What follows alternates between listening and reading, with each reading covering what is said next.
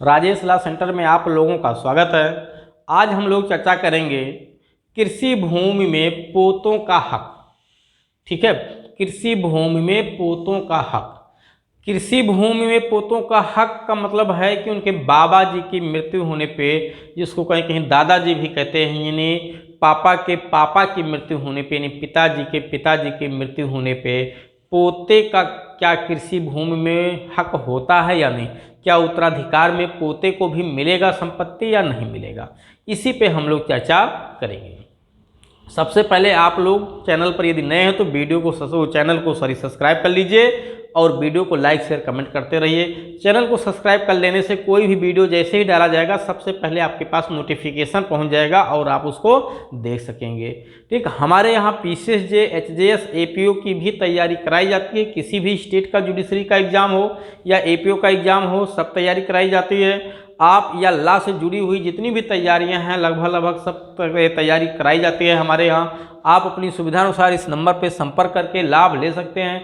हमारे यहाँ online offline दोनों प्रकार की क्लास की सुविधा उपलब्ध है। आपको जैसा भी सुविधा हो, ठीक है, ऑनलाइन अगर ज्वाइन करना है तो घर बैठ के आप ऑनलाइन भी क्लास ज्वाइन कर सकते हैं। ऑफलाइन ज्वाइन करना है तो आप यहाँ आकर के भी ऑफलाइन क्लास ज्वाइन कर सकते हैं। ठीक, संपर्क सूत्र हमारा 9161113061 है। आप इस नंबर पे संपर्क कर सकते हैं। इसके साथ ही साथ कानून से जुड़े हुए किसी भी बिंदु पे भी अगर आपको कोई जानकारी प्राप्त करनी है तो आप इस नंबर पे संपर्क करके जानकारी ले सकते हैं। आइए हम लोग चर्चा करते हैं बाबा या दादाजी की मृत्यु होने पर कृषि भूमि में पोते का क्या हक होता है, पोते को संपत्ति में उत्तराधिकार के रूप में कब प्राप्त होती है, कितना प्राप्त होती है, कैसे प्राप्त होती है, इसी पे हम लोग चर्चा करेंगे। ये सभी धर्मों पे लागू होने वाला कानून है, चाहे कोई हिंदू हो, मुस्लिम हो, सिख हो, ईसाई हो, बौद्धिस्ट हो, जैनी हो, पारसी हो, यहूदी हो, इससे मतलब नहीं है, सभी पे लागू होती है। हाँ, ये जरूर है कि ये कानून केवल और केवल उत्तर प्रदेश पे लागू होती है, उत्तर प्रदेश से भिन्न किसी भी राज्य पे लागू नहीं होती है। लेकिन इससे मिलता जुलता कानून लगभग हर राज्यों में ऐसे ही है, थोड़ा बहुत अंतर होगा लेकिन सेम यही कानून किसी भी राज्य में नहीं लागू है, ये ध्यान दीजिएगा। तो हम लोग चर्चा करेंगे पोते का कृषि भूमि में हक। अब पोते का कृषि भूमि में हक कहाँ बताया गया? उत्तर प्रदेश राजस्व संहिता 2006 की धारा 108 में बताया गया। यानी कहाँ बताया गया? यूपी रेवेन्यू एक्ट, ठीक है, यूपी रेवेन्यू एक्ट 2006 का जो सेक्शन है वो 108, सेक्शन 108 में इस उत्तराधिकार का उल्लेख किया गया है। इसी पे हम लोग चर्चा करेंगे। ठीक है, आप लोग इस चीज़ को ध्यान रखिएगा कि ये उत्तराधिकार का नियम केवल कृषि भूमि पे बताया जा रहा है पोते का हक, मकान या आवासीय भूमि या प्लाटों पे लागू नहीं हुआ है, क्योंकि ये कृषि भूमि के बारे में मैं जिक्र कर रहा हूँ। प्लाट, मकान या आवास की ज़मीन पे नहीं, जो आवासीय भूमि होती है उस पर नियम नहीं लागू है। उसके लिए मैं अलग से सेपरेट वीडियो लेकर के आऊँगा और आप लोगों को समझाऊँगा। तो सबसे पहले हम लोग देखते हैं विधवा पुत्र एवं विवाहित पुत्री। ठीक है, अगर किसी की मृत्यु नहीं, बाबा की, मान लेते हैं बाबा जी हैं, बाबा जी लेट गए हमेशा हमेशा के लिए, ठीक है, तो बाबा जी जब लेट गए, इनका स्वर्गवास हो गया, इनका इंतकाल हो गया, इनका देहावसान हो गया, इनकी मृत्यु हो गई। ठीक, तो इनकी मृत्यु होने पे अगर इनकी विधवा है, ठीक है, हम किसके हक की बात कर रहे हैं? पोते के, पोती के बारे में मैं बता चुका हूँ। ठीक है, पोते के हक की बात कर रहा हूँ। पोते की, हाँ ध्यान दीजिए, सभी उत्तराधिकार में, चाहे पोता हो, बेटी हो, बेटा हो, भाई हो, भतीजा हो, बहन हो, विवाहित बहन हो, भांजी हो, भांजा हो, सबके उत्तराधिकार के बारे में मैं वीडियो बना चुका हूँ। आप लोग जा करके सबके बारे में देख सकते हैं। जिसको जो जरूरत हो आप अपनी सुविधानुसार उसका लाभ लीजिए वीडियो को देख करके। तो पोते के हक की बात करते हैं। अगर बाबा जी की मृत्यु हुई तो पोते के लिए बाबा जी ही होंगे, क्योंकि पोते को हक मिलने का मतलब है बाबा जी मरे तब, बेटे को हक का मतलब है पिताजी मरे तब, ठीक है, भांजा को हक लेने का मतलब है मामा जी मरे तब। यानी जिस हैसियत में आप उत्तराधिकार में संपत्ति प्राप्त कर रहे हैं, जैसे कोई बेटे को उत्तराधिकार में संपत्ति मिल रही है, इसका मतलब उसके पिता की मृत्यु हो रही है। भतीजे को उत्तराधिकार में संपत्ति मिल रही है, इसका मतलब कि उसके पिता के भाई की मृत्यु हो रही है। भांजा संपत्ति में उत्तराधिकार में प्राप्त कर रहा है तो इसका मतलब उसके मामा की मृत्यु हो रही है। कोई बहन संपत्ति में उत्तराधिकार के रूप में हिस्सा पा रही है, इसका मतलब उसके भाई की मृत्यु हो रही है। ठीक है, तो जो उत्तराधिकार में संपत्ति जिसके हक की बात की जा रही है, इसका मतलब जिस रिलेशन में वो आ रहा है उस रिलेशन में उसके ऊपर कौन है उसकी मृत्यु हो रही है। जैसे पोते के हक की बात मैं कर रहा हूँ, उत्तराधिकार में कृषि भूमि में क्या हक है इसका मतलब इसके बाबा की मृत्यु की बात की जा रही। ठीक, तो इसके बाबा की मृत्यु होने पे पोते को हक कब मिलेगा? पोते को हक तभी मिलेगा जब इसके पिता की मृत्यु हो गई हो। ध्यान दीजिएगा, अगर इसके बाबा की मृत्यु होती है पोते के, ठीक है, पोते के बाबा, कहीं कहीं इसको नाती भी कहा जाता है, वैसे नाती, ठीक है, बेटी के बच्चों को कहा जाता है, ठीक है, बेटी के बेटा को नाती कहा जाता है, बेटी को नातिन कहा जाता है। लेकिन कहीं कहीं गांव वगैरह में अक्सर वो बेटे का बेटा है, यानी लड़के का लड़का है, तो उसको भी नाती कहते हैं। वैसे लीगली उसको पोता कहा जाता है, लड़की है तो पोती कहा जाता है, नाती या नातिन लड़की के बच्चों को कहा जाता है। फिलहाल चलिए, जैसा भी आप समझ रहे हैं आप वैसा ही समझिए। ठीक है, यहाँ पोते का मतलब है कि बेटे का बेटा, ठीक, पुत्र का पुत्र, लड़के का लड़का।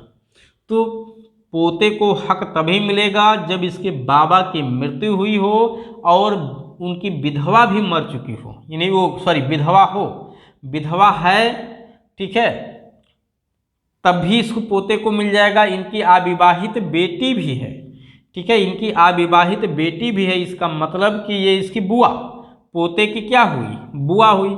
अगर अविवाहित बुआ है तब भी पोते को हक मिलेगा, बशर्ते इसका पिता जीवित ना हो। इसके चाचा लोग अगर जीवित हैं या इसके बड़े पापा भी जीवित हैं तब भी भतीजे को यानी पोते को हक मिल जाएगा। ठीक, तो जैसे मैं अब समझा रहा हूँ कि ये एक पुरुष है, ठीक है, इसकी मृत्यु हो जाती है, ये अपने नीचे अपनी विधवा को छोड़ जाते हैं, ठीक है, अपनी विधवा को छोड़ जाते हैं। अब इनके 4 या 5 बेटे हैं। कितने बेटे हैं? 5 बेटे हैं, लेकिन इनके बड़े बेटे की मृत्यु हो चुकी है, इनके बड़ा बेटा पहले ही मर चुका है और इनकी विधवा और इनके 5 बेटे थे। मान लेते हैं इनके पास 6 बीघे ज़मीन थी, तो 1 बीघा इनको और 5 बेटों को 1 बीघा मिल जाएगा ज़मीन। लेकिन एक बेटा की तो पहले मृत्यु हो गई है, लेकिन इसकी बेटे की मृत्यु हो गई, लेकिन इसके संतानें थीं। इसके 3 लड़के हैं या 2 बेटे हैं, ठीक है, 2 बेटे हैं या 3 हैं, तो तीनों को ये 1 बीघा बराबर में बट जाएगा। यानी जितना पिता का हिस्सा होगा, यानी पोते के जो पोता है इसका जो अपना बाप है, इसकी बाप की मृत्यु हो चुकी है तभी इसको उत्तराधिकार में संपत्ति मिलेगी। तो इसके बाप का जितना हिस्सा बन रहा है इसके बाबा के मरने पे, उतना ही अपने पिता के हक में, जितना पिता का हक बन रहा है उतने में ही पोते का हक होगा, पोते को उतना ही मिलेगा। अगर बाप का हक 2 बीघा बनना था तो पोते को 2 ही बीघा मिलेगा। अगर पोते 4 हैं तो 2 बीघा सब में आधा आधा बट जाएगा। जितने पोते होंगे या अविवाहित पोतियां होंगी सब में बराबर बट जाएगा। ठीक, लेकिन ध्यान दीजिए, विधवा है तो विधवा को भी मिलेगा, अविवाहित बेटियां तो उनको भी मिलेगा।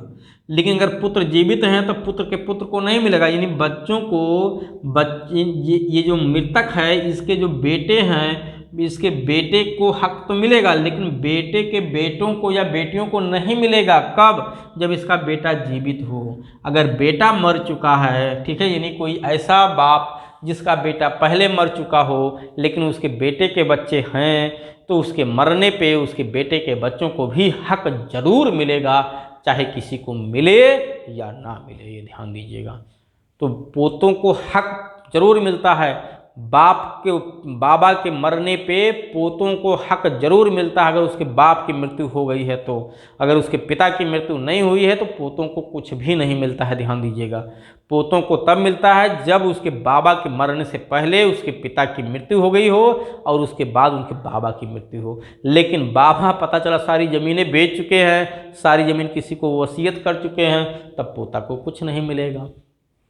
तो यानी कुल मिला करके वो अपनी ज़मीन को वसीयत करने से पहले, जैसे फिर से ध्यान से समझिए कि एक पुरुष यानी एक पुरुष की मृत्यु होती है, वो अपने पीछे उसका बेटा एक है, बेटा भी या एक है या एक से अधिक है, लेकिन बेटे की मृत्यु हो गई है और बेटे के बेटे हैं तो उनके पोतों को हक जरूर मिलता है कृषि भूमि में। ध्यान रखिएगा, ठीक है। यानी कुल मिला के पोते भी प्रथम वर्ग के उत्तराधिकारी होते हैं जब उनके पिता की मृत्यु उसके बाबा के मरने से पहले हो चुकी हो। अगर पोता के साथ साथ उसकी माँ भी जीवित है, यानी उसकी दादी जीवित है, तो दादी को भी हिस्सा मिलेगा, पोतों को भी हिस्सा मिलेगा। अगर उसके बाबा की कोई बेटियां हैं जिनकी शादी नहीं हुई है तो उनको भी हक मिलेगा। लेकिन शादी नहीं हुई, शादी कोई बेटियां ही नहीं हैं, केवल बेटे बेटे हैं 4, ठीक है, और बेटों के बेटे नहीं हैं और 4 बेटे हैं तो चारों बेटों को मिल जाएगा। लेकिन 4 बेटों में से एक बेटे की मृत्यु हो गई है या 2 बेटों की मृत्यु हो गई है, लेकिन उनके अपने संतानें थीं तो उन संतानों को बेटों का जो हिस्सा बनता था उतना संतान को हिस्सा मिल जाएगा। तो इस तरह से आपने समझा कि पोते का भी कृषि जमीन में हिस्सा लगता है, लेकिन ये तभी जब उसके पिता की मृत्यु हो चुकी हो। यानी बाबा के मरने पे पोते को भी कृषि जमीन में हक मिलता है, उत्तराधिकार में मिलता है, लेकिन ये तभी जब उसके पिता की मृत्यु हो चुकी हो, उसके बाबा के मरने से पहले। ठीक है, अगर बाबा के मरने से पहले पिता की मृत्यु हो चुकी है तो पोते या अविवाहित पोतियों को कृषि भूमि में हक जरूर मिलेगा, चाहे किसी को मिले या ना मिले। ठीक, इसके बाद भी अगर कोई चीज़ लगता है कि आपको नहीं समझ में आई, आप इस नंबर पर संपर्क कर सकते हैं, आपको विधिवत जानकारी दी जाएगी। आप चैनल को सब्सक्राइब करके रखिए, कोई भी वीडियो अपलोड किया जाए तो आपके पास सबसे पहले पहुंच जाए, जिससे आप उसका अधिक से अधिक लाभ ले सकें। और वीडियो को लाइक शेयर कमेंट भी करते रहिए। आप लोग लाइक शेयर कमेंट नहीं करते हैं, वीडियो को देख लेते हैं फिर भी नहीं करते हैं। करने में क्या जाता है, कोई खर्चा तो आना नहीं है, कोई पैसा तो कटना नहीं है आपका। कम से कम आप लाइक शेयर कमेंट कर दिया करिए और चैनल को सब्सक्राइब करके रखिए। सब्सक्राइब करने में भी कोई खर्चा आपका नहीं होता है। ठीक, हमारे यहाँ विधि से जुड़ी हुई सभी तैयारियां कराई जाती हैं। ठीक है, आप चाहे HJS की तैयारी करना चाहें, APU की तैयारी करना चाहें, PCSJ की तैयारी करना चाहें, LLB कर रहे हैं, अच्छे नंबर गेन करना चाहते हैं, उसकी भी तैयारी आप कर सकते हैं। ठीक है, लॉ से जुड़ी हुई कोई भी क्लैट की तैयारी करना चाहते हैं तो वो भी तैयारी हमारे यहाँ कराई जाती है, क्योंकि वो भी कानून से ही जुड़ी हुई बातें हैं। तो कानून के इससे जुड़ी हुई जितनी भी तैयारियां हैं वो सब कराई जाती हैं। आप इस नंबर पे संपर्क कर सकते हैं और अपनी सुविधानुसार क्लास ज्वाइन कर सकते हैं। हमारे यहाँ ऑनलाइन ऑफलाइन दोनों प्रकार की क्लास उपलब्ध है। आपको जो भी सुविधा हो उस हिसाब से आप क्लास ज्वाइन कर सकते हैं।